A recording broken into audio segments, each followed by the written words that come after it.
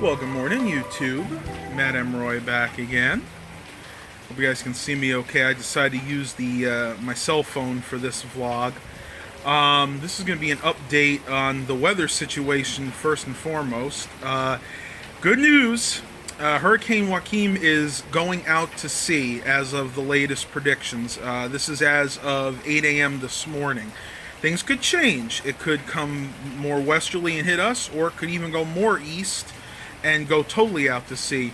But as it sits right now, at least in the North Carolina, Virginia coastal area, it's better news, but we're not out of the woods yet by far. I'm going to go ahead and show you guys. As you can see, it is still pouring rain out. It has been like this for the past 2 days. And it's going to continue to be like this until the hurricane actually hits. Now, if you guys can see the trees in the background, it is still pretty windy. Those big pine trees are swaying really like crazy. So, like I said, we are definitely not totally out of the woods yet. What they're predicting is a lot of rain. Best case scenario, we're going to have major flooding, so we're still going to be in trouble here. Worst case scenario, the hurricane comes more towards the coast. Now we're going to get the winds too, and that's when we can see a lot of the trees topple over, because that's exactly what happened with Hurricane Isabel back in 2003. We had this kind of situation where we have a nor'easter like we do now that's saturating us with rain, and then the hurricane comes, and because we're all saturated with rain, when the groundwater fills up to the top, it actually loosens the tree roots. And when Isabel hit us, Isabel hit us, we had something like 10,000 trees just in my town fall down. So he's hoping that that does not happen this time. I decided to sit out here because it is gorgeous. The temperature right now is about 65 degrees, and that is definitely my kind of weather. I am enjoying a cup of coffee in my coffee time mug here. Take a quick sip. Also want to give you guys an update on how Mom's doing. She's okay.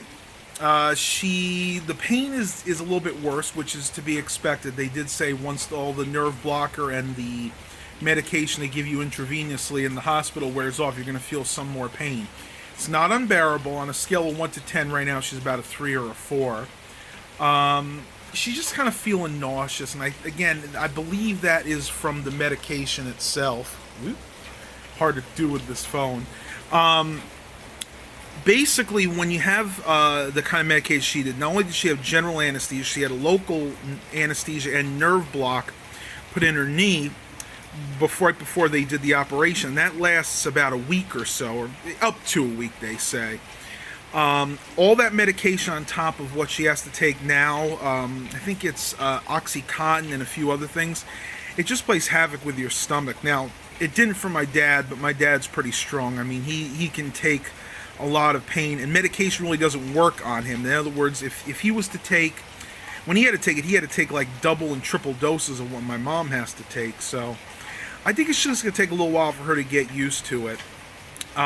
She did say she's doing her exercises, so she has to do 3 sets of exercises 3 times a day. And there's 3 or 4 different exercises in each. It takes maybe about 10 or 15 minutes. She has a therapist coming in every day, at least for a week, to come and help her do at least 1 set of exercises and to evaluate her general condition. But yeah, I mean, that's about it, guys. I'm going to go ahead and pause the video for now. Hopefully there'll be something else I can do, show you guys later on. But until then, talk to you in a little bit. Here we go. Okay, so I'm outside in the backyard. I want to show you guys what generally happens around here. As you can see, we are starting to get some flooding, and it is in the usual spots.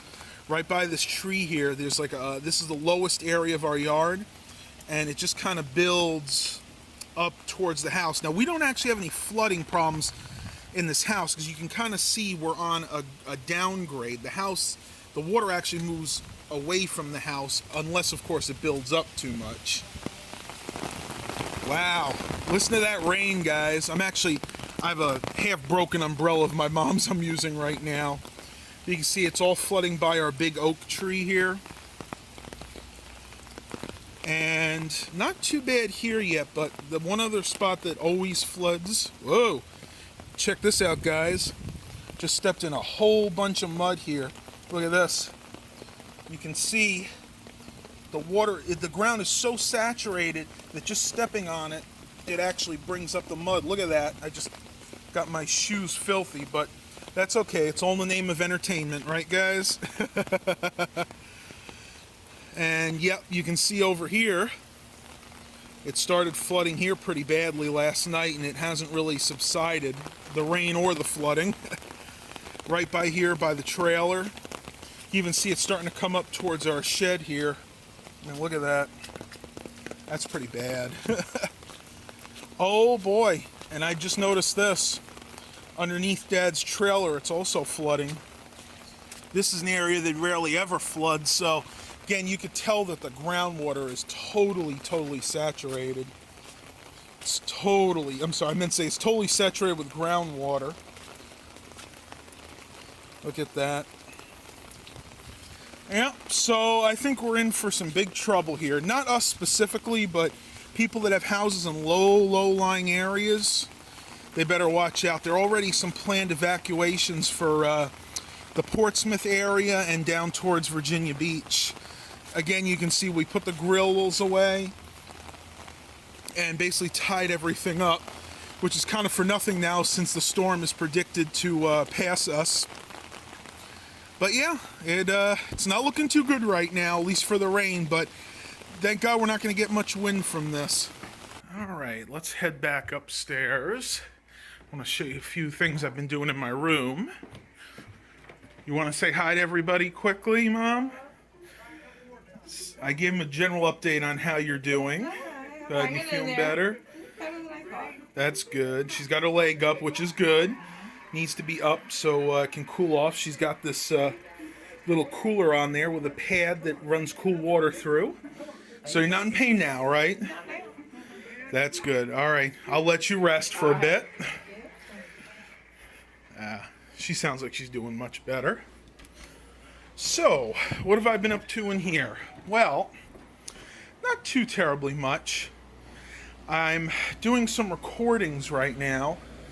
Unfortunately, whenever I want to make, I want to dub a tape, I actually have to take this out because, as I've stated in a previous video, my Pioneer CTM 6XR, though it is a 6-cassette carousel or 6-cassette changer, does not actually allow for dubbing because there's only one actual tape mechanism in here.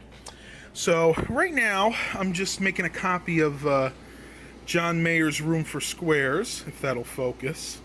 Woo!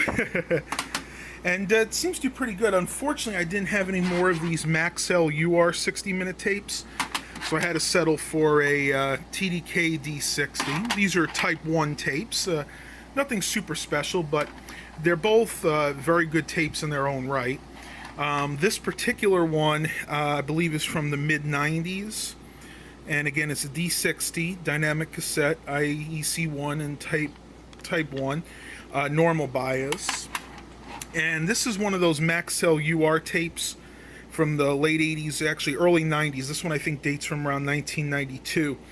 They only used this style with the green label for a couple years. After that, they went to the red UR label that everybody seems to know these days.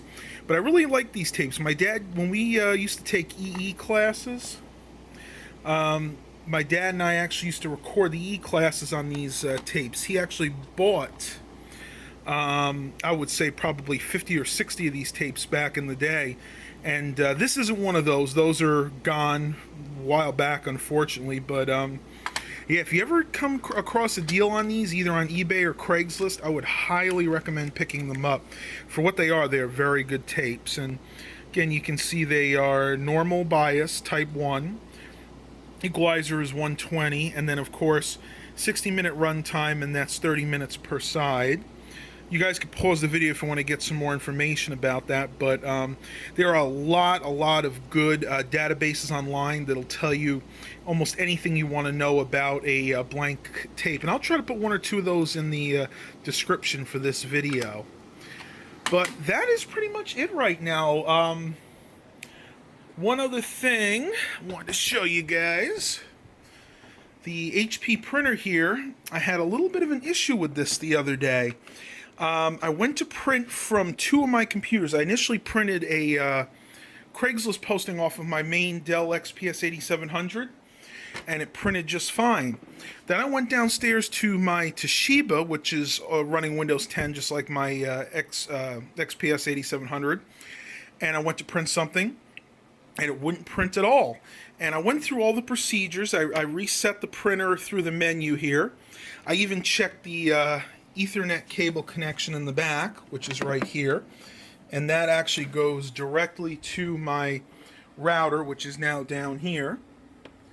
And nothing. You know what it wound up being, guys? For some reason, the driver got corrupted with Windows 10, and that's not the first time that's happened with this printer. I also had issues with my Linux system getting it to print as well. So if you guys have an HP printer and running Windows 10 and all of a sudden it won't print, check the driver. The very first thing I would recommend doing is just replacing that driver. All right, guys, I'm going to go ahead and end the vlog here for today. If the weather picks up and we start getting more flooding, I'll go ahead and record that and put it on a separate video. Hope you guys enjoyed this. Please remember to like and subscribe. And as always, have a blessed day, everybody.